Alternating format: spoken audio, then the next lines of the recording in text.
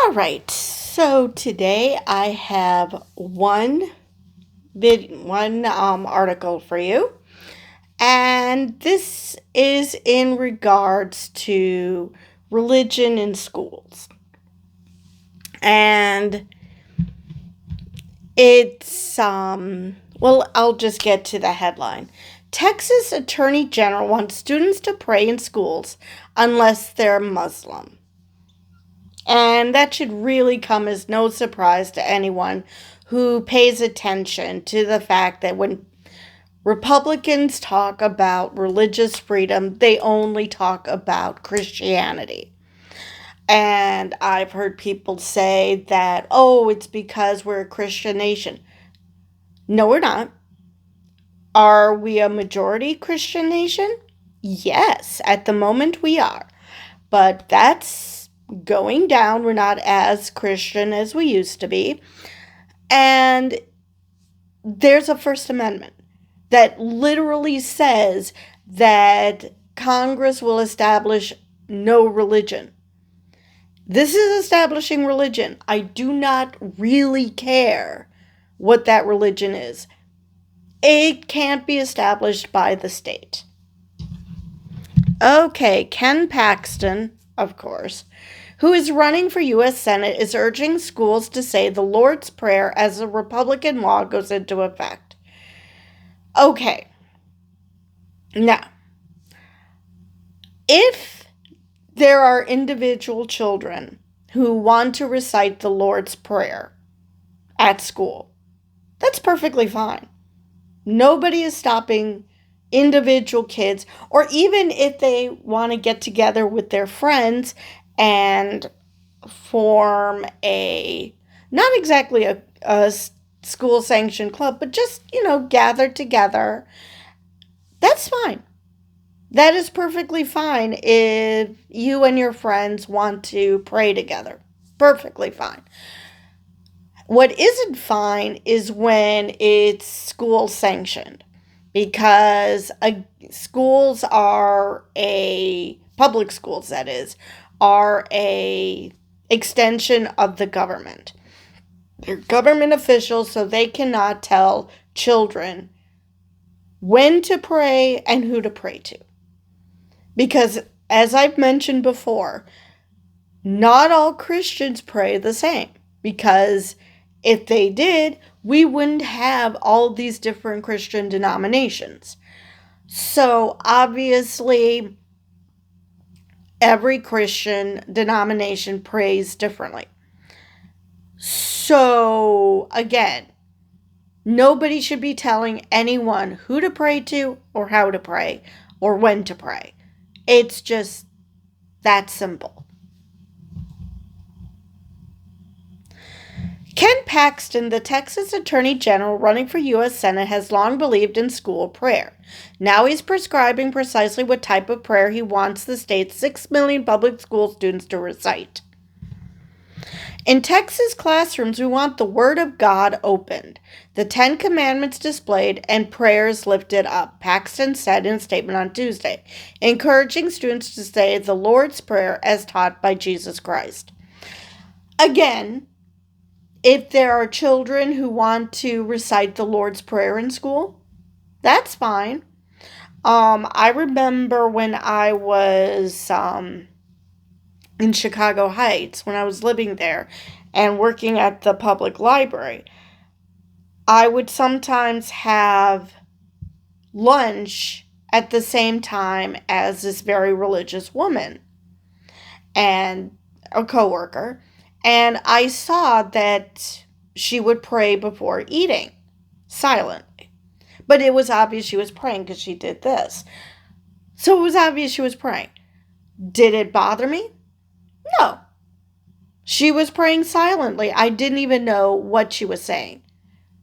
She could be saying the absolute worst thing known to man, and I wouldn't know. Because it was completely silent. I mean, her lips weren't even moving. It was completely silent. So, that's fine. It's a public library.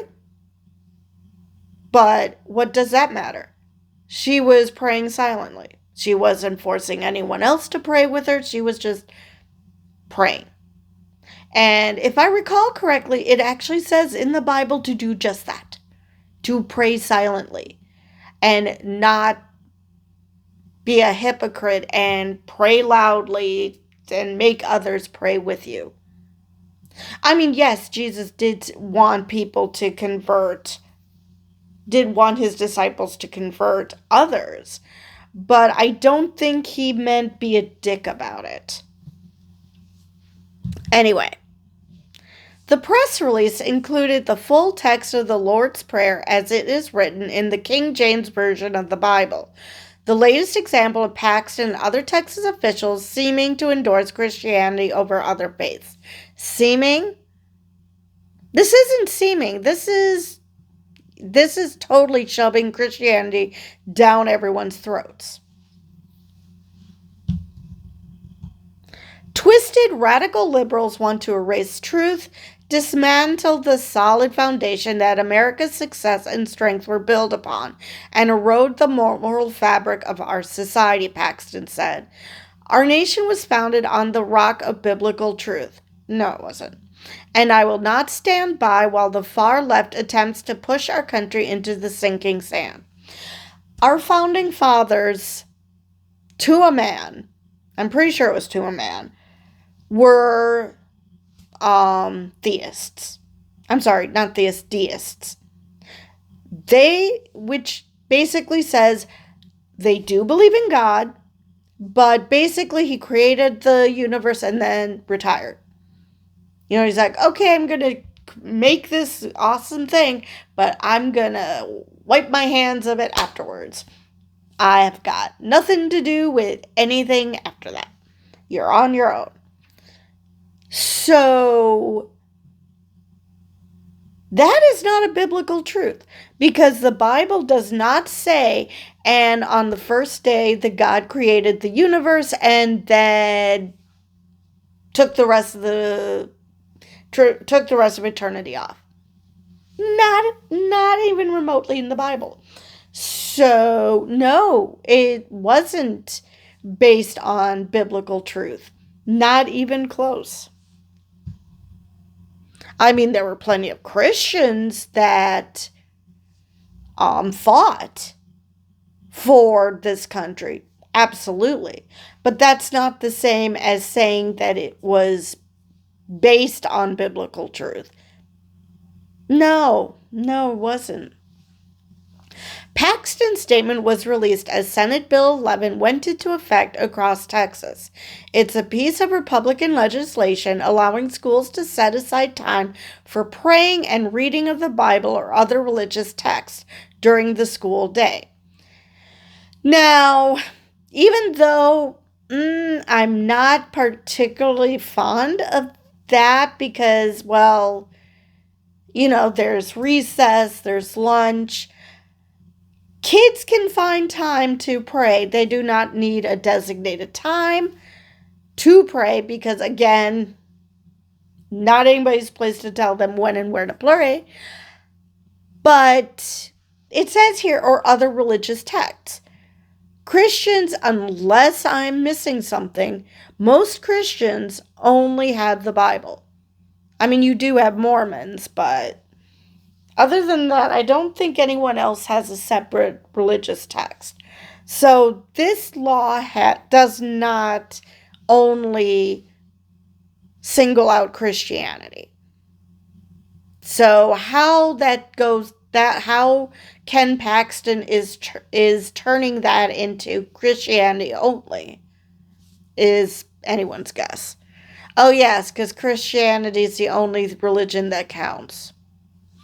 Anyway, critics have condemned the bill as an attempt to imbue a secular public education in the state with the practice of Christianity in violation of the U.S. Constitution's separation of church and state. And again, nobody should tell you when to pray. This is why I have a problem with the prayer breakfast and the National Day of Prayer. Because That should be insulting to religious people. Are you seriously telling me that I only have to pray on this day? Or that I have to pray on this day? I mean, it's just not good for religious people either. They're blowing right through separation of church and state, says Heidi Beirich, co-founder of the Global Project Against Hate and Extremism. They have no respect for other faiths, and in fact, that includes a lot of Christians who don't agree with this far-right version of Christianity. And that's something I get a lot when I'm talking about um, social issues like abortion or, you know, talking about LGBT plus people being allowed to exist. A lot of the comments I've seen under my videos, under other videos in other places, are people who seem to have it in their heads that if you believe that people should have the choice to have an abortion, or that people should, that LGBTQ plus people should be allowed to exist, that somehow that's an affront to Christianity, or that you need to get right with God. They are seriously assuming that all the people in those groups that they have a problem with are not Christian, when they probably are. And they just don't believe like you do. And this idea that all Christians are like these people, in which case we wouldn't have all these numerous denominations of Christianity if everyone thought like you did. So that just I always found that bizarre. How can you claim that so and so isn't a Christian simply because they don't think like you? There are other denominations of Christianity. There have been schisms amongst different denominations of Christianity simply because of that, and churches have been continuing to split. Because, there's one part of the congregation who believes one thing, another congregation who believes another thing. So instead of working together, they just split in two. Whether it's creating a new denomination, or we're going to join this denomination, we're going to join this denomination. Both things have happened. So, yeah. They have no respect for other faiths, and in fact, that includes, okay, I read that. They're trying to indoctrinate children into this agenda, and it's outrageous, and it's breaking one of the most important constitutional principles we have in this country, with the First Amendment and the separation of church and state. Beirich added that Paxton, along with figures in Washington, D.C., such as the House Speaker Mike Johnson, were people who believe that this country is a Christian nation, that Christianity should have primacy, which, like I said, not a thing. Paxton's office did not respond to requests for comment about whether he was trying to push Christianity on Texas's public school students, because of course he is. You can't say, I want everyone to recite the Lord's Prayer, and then claim that they're not trying to push Christianity. Seriously, there is literally only one Lord's Prayer, and that's in Christianity. So, I'm not sure. That's why he doesn't want to speak, because he knows that, yeah, that's exactly what he's doing. It is instructive, however, to revisit how Paxton once reacted to a report of Muslim students praying in a Dallas area school. Yeah, instructive but not surprising. In 2017, the Attorney General's office published an open letter to the superintendent of schools in Frisco, Texas, expressing concerns over Muslim students at Liberty High School using a spare classroom to pray during school hours. Again, I see nothing wrong with that. If a group of kids want to get together in their free time and pray, I would, like I said, this is government property, so, but at the same time, if you're a government official, nobody can say you can't pray in your office or whatever. It's just, forcing others to do it is the problem. It appears that the prayer room is dedicated to the religious needs of some students, the letter stated, quoting an article in school's newspaper, namely those who practice Islam. And if you know anything about Islam, they pray like 7 times a day. They're supposed to look towards Mecca and pray. So that's probably why they set aside a separate room.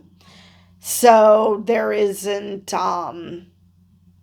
people falling over Muslim students as they pray.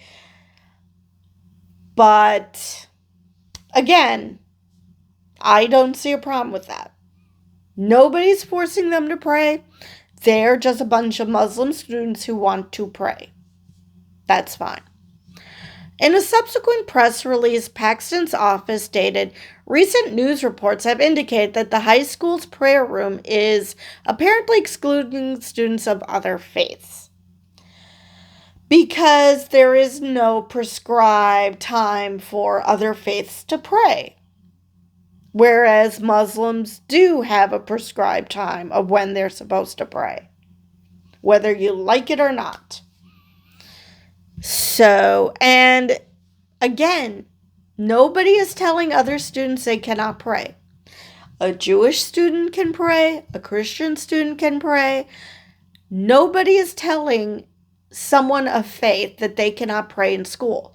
They just can't have organized prayer. And by organized, I mean teacher run, or in some cases, coach run. That is the only difference. No teacher was with these students when they were praying.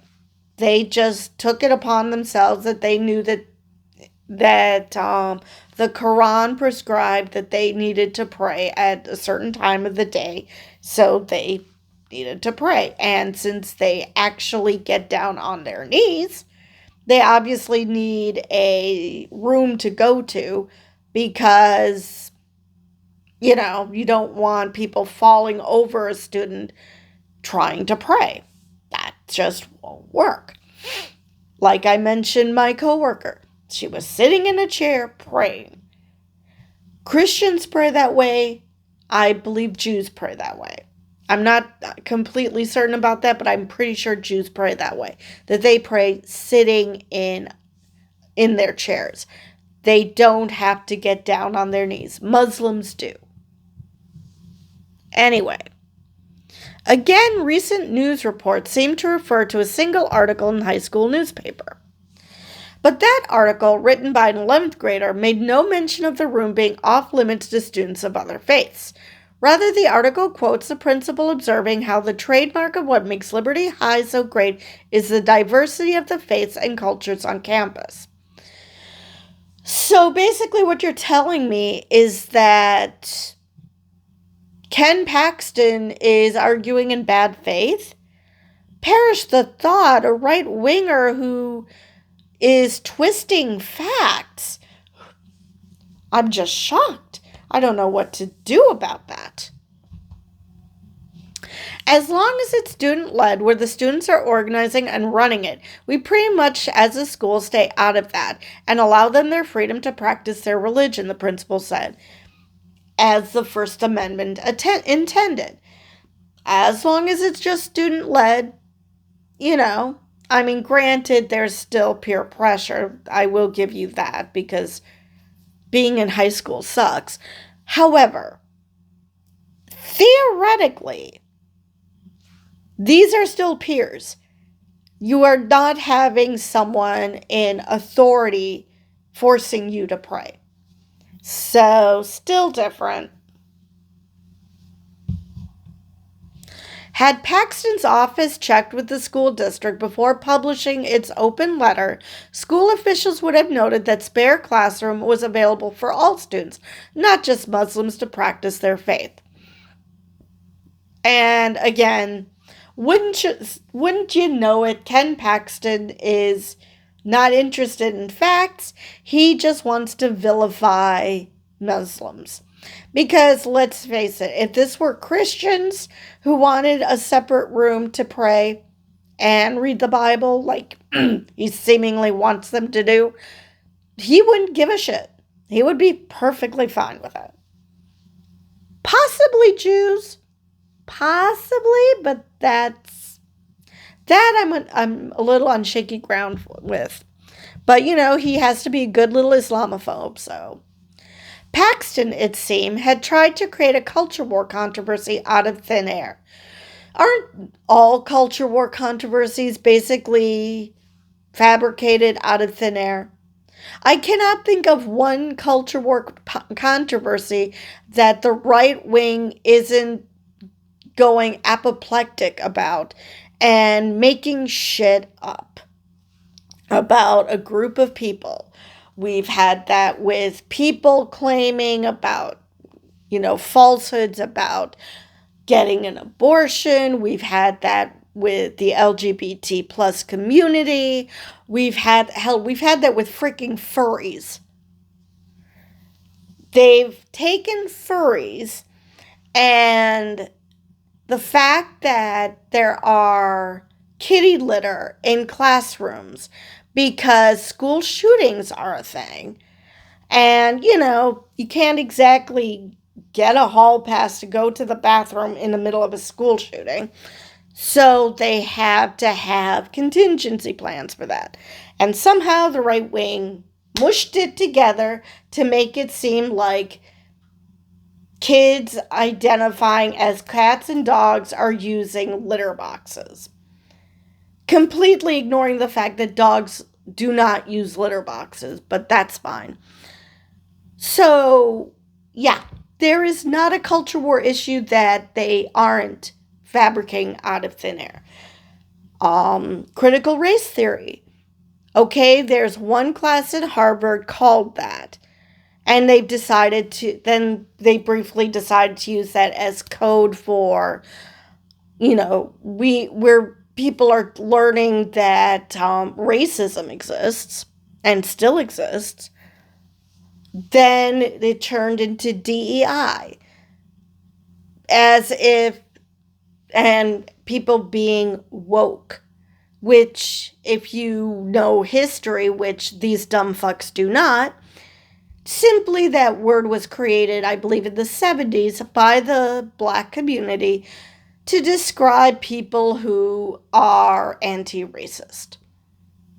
So when you're screaming about, I'm not woke, being woke is bad, you're just screaming that you're a racist and you're proud of it. Granted, a lot of people who use that term now just use it for anything they don't like because, words don't have meaning anymore. But still,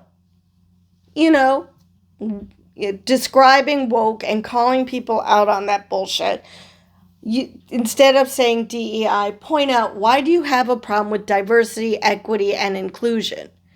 Because the only way someone can say that they are against diversity, equity, and inclusion is to admit that they are horrible people. So, anyway, went a bit on a tangent, but okay. Read that. It is unfortunate that our state's top law enforcement officer would engage in a cheap Islamophobic publicity stunt that could very well result in increased bullying of Muslim students and the creation of a hostile learning environment, the Texas chapter of the Council of American Islamic Relations, or CAIR, said in a statement at the time. And I'm pretty sure that even though they were trying to be diplomatic about it, not one person actually was surprised. that Ken Paxton is Islamophobic. Not a one. And if there are people who are surprised, I'd love to know where they live.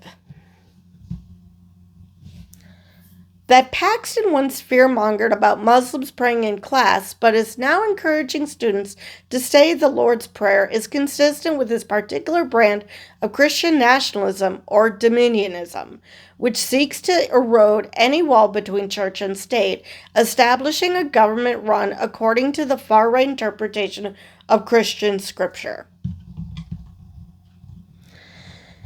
I'm pretty sure that, I'm not positive, but I'm pretty sure that these people also believe in the prosperity gospel. You know, because Jesus was all about talking about making lots and lots of money. You know, it's not that he threw the money changers out of church or anything like that. Or saying that it would be easier for, what was it, a sheep to go through the eye of a needle than it is for a rich man to get into heaven. But yeah, let's just pretend that Jesus was all for rich people. During his time in public office, Paxton has received considerable financial support from a coterie of ultra-conservative West Texas billionaires who, as ProPublica reported, have made the state into the country's foremost laboratory for Christian nationalist policy. On Thursday, Paxton announced he would appeal a flawed ruling by a federal judge that stopped another Christian nationalist piece of legislation from going into effect, this one requiring Texas schools to display the Ten Commandments in public school classrooms. And my understanding is there's a Protestant version and there's a Catholic version of the Ten Commandments. So even if that was okay, which version are we putting up? Don't answer that, because there's no way in hell Ken Paxton is Catholic. I'm fairly certain of that. The Ten Commandments are a cornerstone of American law. No, it's not. And the fact simply cannot be erased by radical anti-American groups trying to ignore our moral heritage, Paxton seethed in another statement. Okay. You know what? Let's bring up the Ten Commandments, shall we?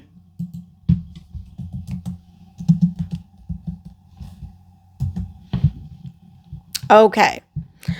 Honor your father and mother. Okay. What is illegal about telling your parents to fuck off? There isn't any. I mean, there are certain parents who need to be told that. Usually they're the ones who, hate their kids for not being mini-me's. You shall not steal. Okay, that is a law. But that's been a law long before the Ten Commandments. So, yeah, definitely has nothing to do with Ten Commandments.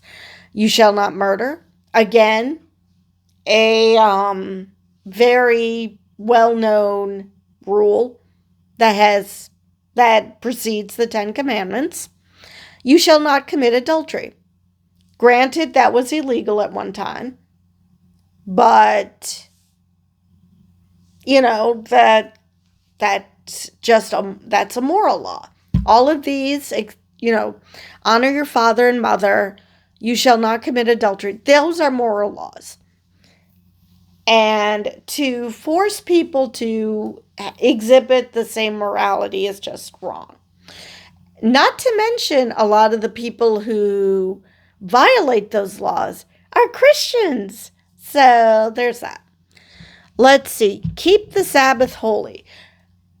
I don't believe in this country that was ever a thing. I mean, granted, there are some states, and actually when I lived in the Heights, we still had blue laws where you couldn't buy booze. I mean, in the case of Chicago Heights, you couldn't buy booze on Sunday till I think like noon. So you could still buy booze, just you had to wait till noon, which sucked for last minute shoppers who were, wanting to buy booze for the right before the NFL games, whether it was because of the Bears, the Packers, Bears versus the Packers. All right, but keep the Sabbath holy. Again, I wouldn't even call that a moral law, but it's probably a moral law. Thou shalt not kill. Again, why do we have that twice?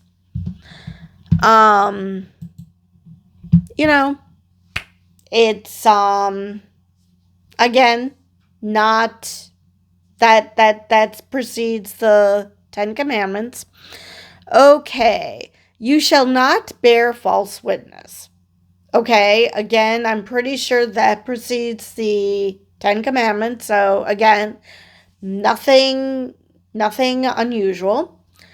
You shall have no other gods. Okay, that's, again, totally about Christianity, has absolutely nothing to do with the fact that, other religions exist. In order for you to enforce that rule, you would have to force every non-Christian to be a Christian. So, obviously, that's what Ken Paxton wants, but, again, that runs afoul of the First Amendment because, well, they're not supposed to establish a religion. You shall not covet. Okay, obviously you shouldn't, I'm not a fan of home wreckers, or, we already established stealing is wrong. I don't, but, you can't tell someone, basically they want to be thought police now. I mean, okay, you see someone who happens to be married and you're like, because you think they're hot and you really want to be with this person. What's wrong with that? I mean, as long as they don't act on it, or if they do, accept the agency of the other person when they say no or yes or whatever, that's between those two people.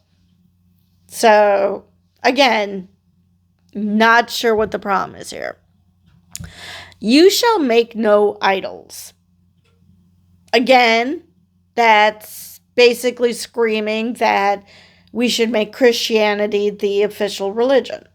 Again, never was a thing.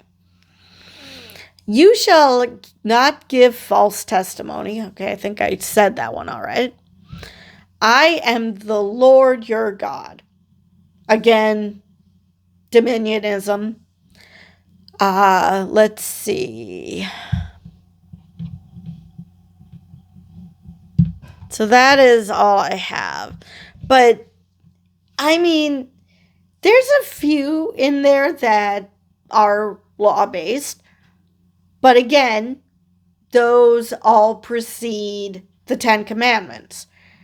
It's not like nobody thought to, in a society, nobody thought that they should outlaw murder. Or nobody thought that they should outlaw stealing. Nobody in a society thought those were good things. This is not something that just popped up with actually Judaism, because it's in the freaking Old Testament. So this is not a Christian principle at all, because the Ten Commandments are the Old Testament.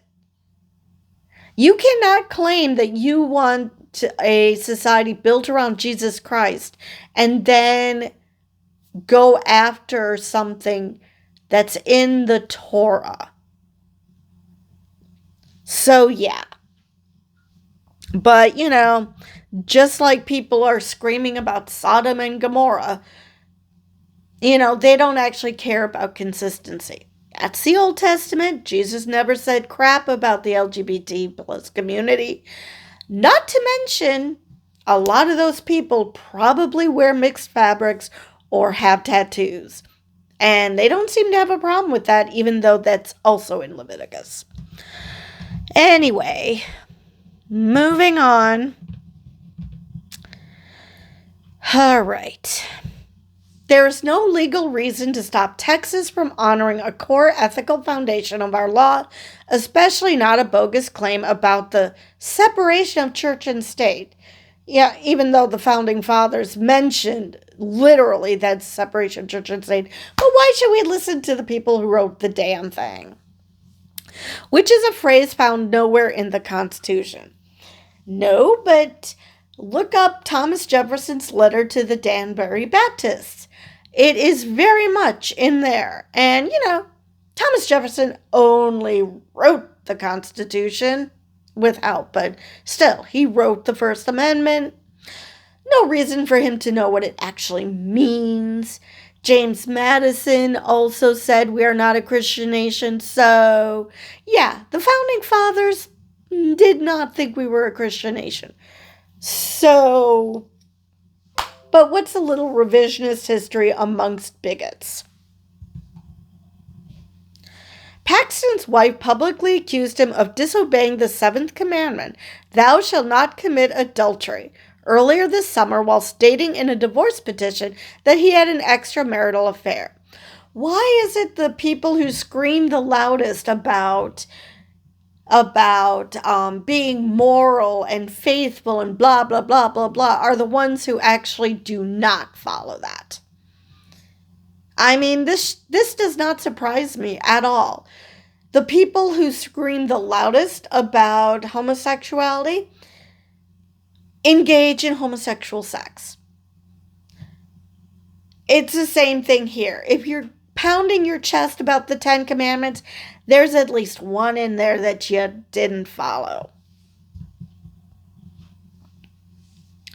His Christian nationalist statements this week, Texas political observers have noted, might be an attempt to repair his reputation. No, he was always a Christian nationalist. He just never followed what he preached.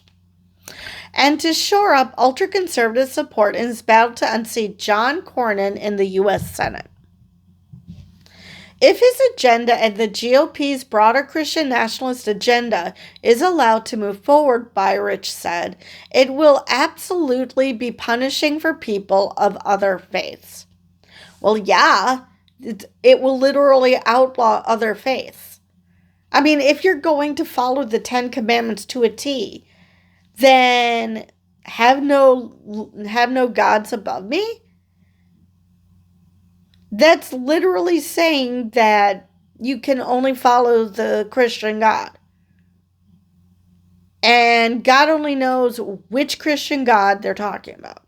Because, again, like I've mentioned, there are plenty of different sects within Christianity. So it's not like they worship the same God, but they have a different idea of what that God is. So, yeah, that's totally messy, even if we weren't talking about other faiths. Or in the case of people like myself, none. In a statement to The Guardian, the Texas chapter of the Council on American Islamic Relations was wary of Paxton's insistence that students say the Lord's Prayer in public schools. Although protecting religious freedom in schools would be a noble pursuit, Attorney General Paxton's rhetoric and his history of anti-Muslim bigotry raises the obvious suspicion that his embrace of religious liberty will not extend beyond his own claimed faith. Well, the fact that he wants everyone to recite the Lord's Prayer kind of gives the game away. You don't need to read that deeply into this. It is totally obvious that he only cares about not just Christian faith, but his particular brand of Christian faith. Because you can bet that if a Jehovah's Witness were to approach him, or a Seventh-day Adventist, he would be like, oh, hell no. No, it would just have to be his particular brand of Christianity. If Attorney General Paxton wants schools to set aside time for praying and reading scripture, that must include time for Texas's Muslims to read the Quran, Jewish students to read the Torah, and on, the group added. Exactly, because that would be consistent. But, today's Republicans don't even try to hide that they only care about themselves and nobody else. Only if students of all faiths can freely worship on the same terms without any coercion or favoritism from the government will the Constitution be upheld. Okay, so that is the end of that article. And I don't believe I mentioned it, but this is from The Guardian. Now, like I said, if you want to pray in school, fine. You want to pray at work, fine. Nobody is saying you can't.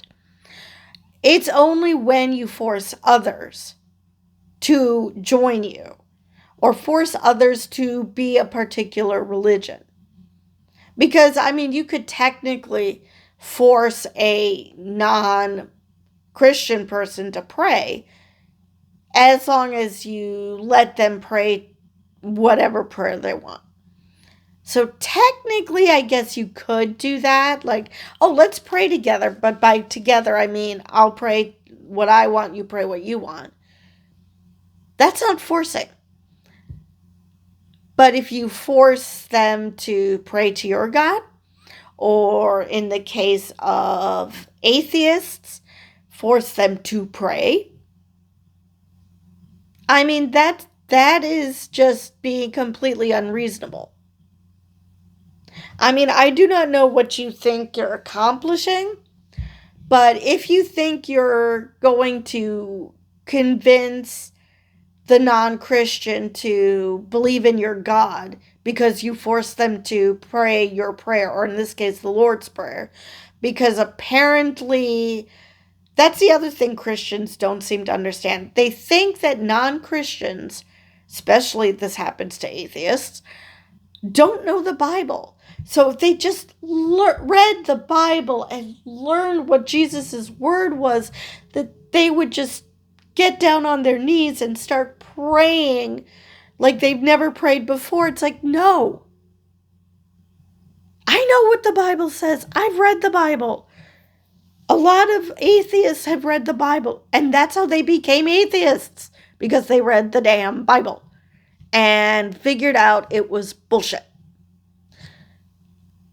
That is not, just because you read the Bible and you think it makes all the sense in the world, does not mean that other people just need to read the Bible and suddenly their eyes will be opened. Nope. We've read the Bible. We just don't buy into the bullshit. It's just that simple. You don't think it's bullshit? Fine.